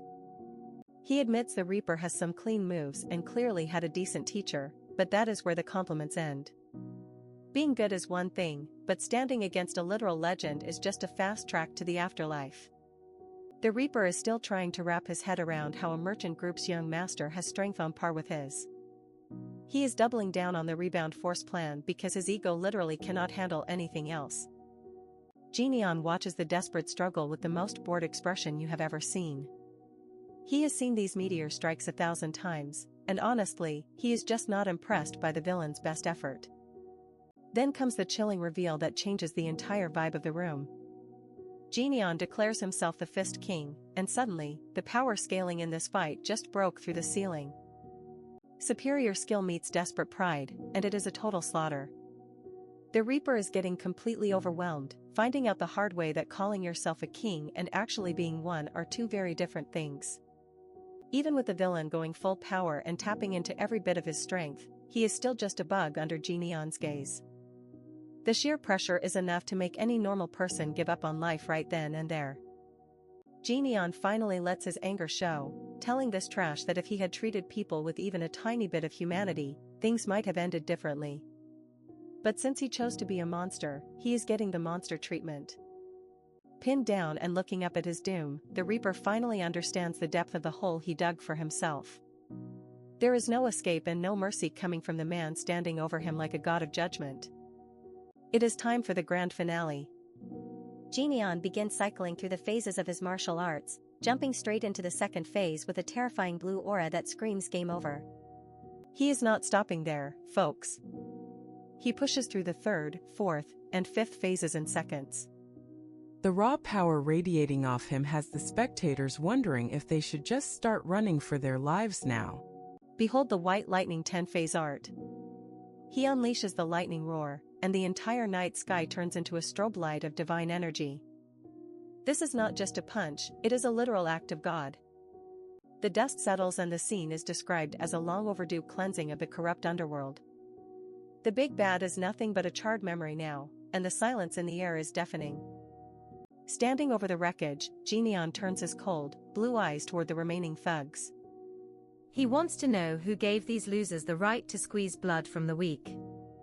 Hint, nobody did. He issues a challenge to anyone else who wants to flex their muscles.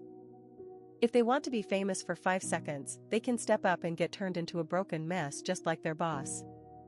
Unsurprisingly, nobody is volunteering. Word travels fast when a tyrant gets deleted. The crowd realizes the Crimson Reaper is actually dead, and the era of fear and extortion just went up in smoke. It is a good day to be a local merchant. Some people are naturally worried that the new guy might be just as bad, but the smarter ones point out that a wealthy heir has no interest in their lunch money. He is here for justice, not their copper coins. While the town celebrates, Chol Myungo is still out there swinging his umbrella like a madman. He is not running away like a rat anymore, he is nurturing the flame in his heart to become something truly dangerous. He is pushing past his exhaustion, driven by the desire to become strong to the point of madness. The memory of running away like a drenched rat is the only fuel he needs to keep going. He knows his place now, and he is living accordingly by building himself into a weapon. Watch out, world, because the poisonous fox is finally coming for his throne, and he is not taking any prisoners. Most people come home from work with a coffee, but our main man Jineon rolls up to the Yunha estate looking like he just finished a shift in a literal meat grinder. His sister Woyeon is naturally freaking out, because her brother is drenched in blood, but Jineon is out here acting like it is just some annoying rain. He casually drops the fact that none of this red juice is actually his, which is basically his way of saying the local trash has been successfully disposed of. While cleaning the evidence of his latest massacre, he starts geeking out over how well those rare elixirs are working. Apparently, the Taeho merchant group sent over some azurite essence that is so cracked, even Jineon is impressed. This stuff is basically magical steroids that have turned his body into a living weapon, and now he is stuck wondering how to pay back a gift that is worth more than most kingdoms. Gold and jewels are for peasants, and Jineon knows that trying to pay back a priceless elixir with a bag of coins is a major insult. He decides to go big or go home, proposing a massive merchants alliance that would flip the entire power structure of the region. Woyeon looks like her brain just short-circuited because her brother went from fighting thugs to planning a corporate takeover of the entire merchant world in 5 seconds. This is not just some exclusive club for the rich simps. Jineon wants to include everyone from the massive Taeho group down to the tiny West Wind escort establishment. These smaller groups are basically sitting ducks for every martial arts psycho in the Jianghu because they have zero defense. Jineon's plan is simple: we provide the muscle, you provide the trade, and we all get rich without getting murdered. He is keeping the rules so simple that even a child could follow them, and he is not even asking for membership fees. Why? Because he is not looking for a quick buck, he is building a legacy. Woyeon points out that he has already done a great job cleaning up the streets after he absolutely dismantled the little deity sect and made the Ouyang clan look like a bunch of clowns. The goal is total protection for the merchants, and Jineon is even setting up a high-speed communication system so they can report trouble before their heads get chopped off. He is taking this seriously because he knows that if a big group like Taeho gets targeted, it means the heavy hitters from the underworld are involved. He is basically building a giant shield for the economy while acting like it is just a side hobby. If any of those edgy martial arts sects decide to test their luck against his new association, Jineon promises to personally show up and remind them why they should have stayed in their caves. He is not just talking big either. He knows that the legendary medicine has given him enough raw power to make the strongest warriors in the Jianghu look like toddlers. He is feeling himself, and honestly, with that much aura, who can blame him? They decide to call their new squad the Great Merchants Association. Woyeon suggests the word alliance, but Jineon shuts that down immediately because it gives him bad flashbacks to the enemies from his past life. He is a man of specific tastes and zero patience for bad branding. Woyeon agrees to handle the paperwork, even though she knows her workload is about to go from 0 to 100 real quick. poor Waiyan is already buried under a mountain of scrolls, and she jokingly roasts her brother for making her life a living hell with all these grand plans. Jinian actually feels a bit bad for the first time in his life, but Waiyan is a true merchant at heart and says she would rather be busy and rich than bored and broke. Their sibling bonding time is actually kind of wholesome until the door gets kicked in by a panicked administrator. The chief administrator is sweating bullets and screaming that they are all doomed because the Ouyang clan has finally decided to show up in force. This is not just some low-level thugs this time, the big boss himself has arrived at the front gates. Jinian just sighs like someone interrupted his favorite show, while everyone else is busy preparing their final wills and testaments.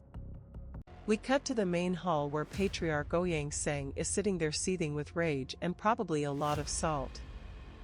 He is still crying about the humiliation he felt at the ruler's meeting, and he has decided that killing a merchant's son is the only way to get his pride back. He is basically the CEO of Bad Losers, and he has brought his entire family along to witness the execution. The Patriarch orders his 3 sons to each fight Jinian one by one. He does not just want to win, he wants to drag this out and make sure Jinian suffers for every second he is alive. It is a classic villain move, and his sons are all acting like this is going to be an easy warm-up. They are so confident that they are even arguing about whether or not they should bother using weapons against a mere merchant. Meet the 3 stooges, Shin Sobik the son-in-law, Ouyang Mayon the second son, and Ouyang Woon the third. While the older 2 are busy being arrogant pricks, Woon is the only one with at least 2 brain cells to rub together. He reminds his brothers that Jinian actually managed to kill a seasoned warrior, so maybe they should stop acting like they are fighting a kitten. The older brothers just laugh him off, calling the previous one a fluke because they are too blinded by their own ego to see the red flags waving in their faces. They demand that Jinian come out and face them immediately, but a massive servant informs them that the young master is currently busy eating and they can wait in the annex until he is done. The level of disrespect from Jinian is absolutely legendary. The Ouyang group is led to the annex by guards who are so huge they make the martial artists look like hobbits. When they finally see Jinian, he is just standing there looking bored out of his mind. He welcomes them with the same energy you would give a door-to-door salesman you are about to reject. The brothers start introducing themselves with way too much drama, while Jinian is probably just thinking about what he had for lunch. Patriarch Ouyang tries to act all polite and refined, claiming he just wants his sons to learn from this duel. It is the fakest apology in history, and Jinian sees right through it. He tells them they can pick whatever format they want because, at the end of the day, the result is going to be the same. He is essentially giving them the choice of how they want to be embarrassed. The rules are simple: leave the ring, fall unconscious, or become a human vegetable, and you lose. Jinian agrees with a smile that says, I am about to ruin these men's entire careers.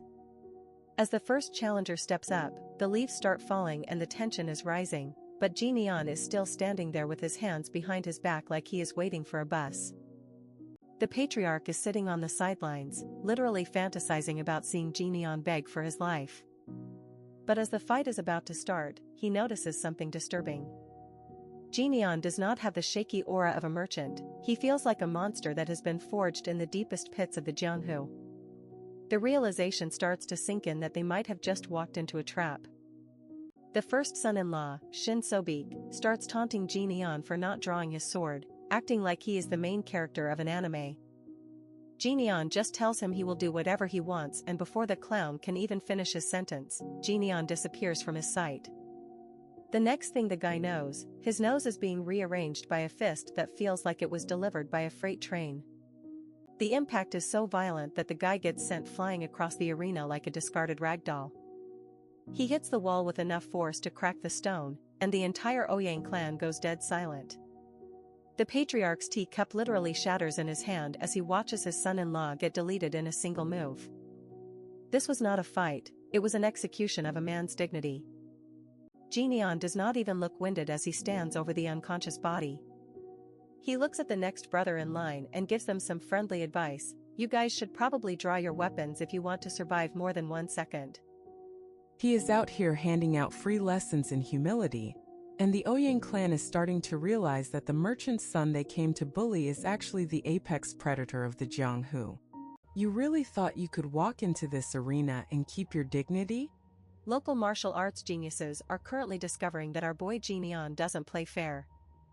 He just folded the first challenger with a single strike and has the nerve to tell the next guy that he should have actually drawn his sword if he wanted to survive the next 10 seconds.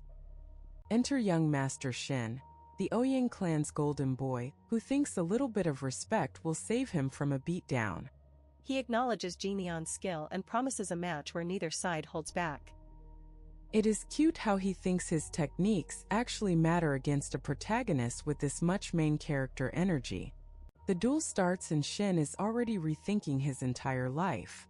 He is throwing everything he has at Jineon, but our hero is just vibing. He is literally reading the flow of the sword movements like it is a children's picture book. The horror on Shin's face is the best part of this whole chapter. Imagine training for decades with a legendary blade only for some merchant heir to parry your lethal steel with his bare hands. The absolute disrespect is off the charts. Jineon is out here making professional warriors look like toddlers playing with plastic toys. Jineon is officially done playing nice. He taps into the energy of his white lightning art and maintains total control over the battlefield. Shin is sweating bullets while Jineon looks like he is barely trying to remember if he left the stove on at home. The third young master gets pushed back so easily it is actually a crime. At this rate, the Ouyang group is going to need a group therapy session. They realize that if all three of their reps get clapped consecutively, their clan's reputation is going to be worth less than a bag of stale rice. The desperation is reaching peak levels. The Ouyang simps are realizing that a massive uproar is coming if they don't do something fast. Their prestigious name is being dragged through the dirt by a guy whose family literally just sells stuff for a living. It is time for the big guns, or at least what they think are big guns. The eldest young master of the Ouyang family decides to step into the ring. He is a specialist in palm strikes and thinks he has found the magic formula to stop the merchant heir's winning streak. Jineon accepts the spar with a smirk that says, "I am about to ruin this man's whole career." He actually gives the guy a compliment, saying he looks decently skilled compared to the trash that came before him. That is cold-blooded, even for him. The eldest son unleashes his secret move, the whirling wheel crushing palm. It sounds like a move from a budget cultivation novel, and honestly, Jineon isn't impressed. He is just standing there watching the wind-up like he is bored out of his mind. As the massive palms fly, Jineon is already writing a Yelp review of the guy's technique. He finds the movements way too large and inefficient for a serious fight. It is like watching someone try to swat a fly with a giant wrecking ball. After dodging the strikes like he is playing a game of tag, Jineon decides to wrap things up. He tells the eldest son that while his movements weren't terrible, they were far too predictable to actually hit anything that isn't a stationary target. The duel ends with the Ouyang clan looking like a bunch of clowns. Patriarch Ouyang Sang is watching from the sidelines in seething silence. You can practically see the steam coming out of his ears as he watches a mere merchant humiliate his elite fighters. Realizing that the pride of the Rulers Association is currently being used as a doormat, the Patriarch decides to switch tactics. He drops the aggressive act and invites Jineon for a peaceful walk through town. This is the oldest trick in the book, and we all know it is a trap. Ouyang Sang tries to play the mentor role, offering Jineon a spot in the Rulers Association. He promises that the group will protect the Yunha merchant group if Jineon just agrees to join as an individual. It is basically a protection racket with better branding. Jineon isn't a simp for prestige. He knows exactly who these guys are, a bunch of rejects who left the Murim alliance because they couldn't handle the big sex having all the power. He sees right through the old man's desperate attempt to save face. The Patriarch finally admits that Jineon's strength is ruining his reputation. He just wants it to look like the merchant group is under his wing so people stop laughing at him. When Jineon asks what is in it for him and tries to leave, the old man's mask finally slips. The peaceful walk just turned into a death threat. Ouyang Sang asks if Jineon wants to see his entire family slaughtered. This old psycho really thinks he can bully a merchant into submission. He threatens to brand him a public enemy of the entire martial world.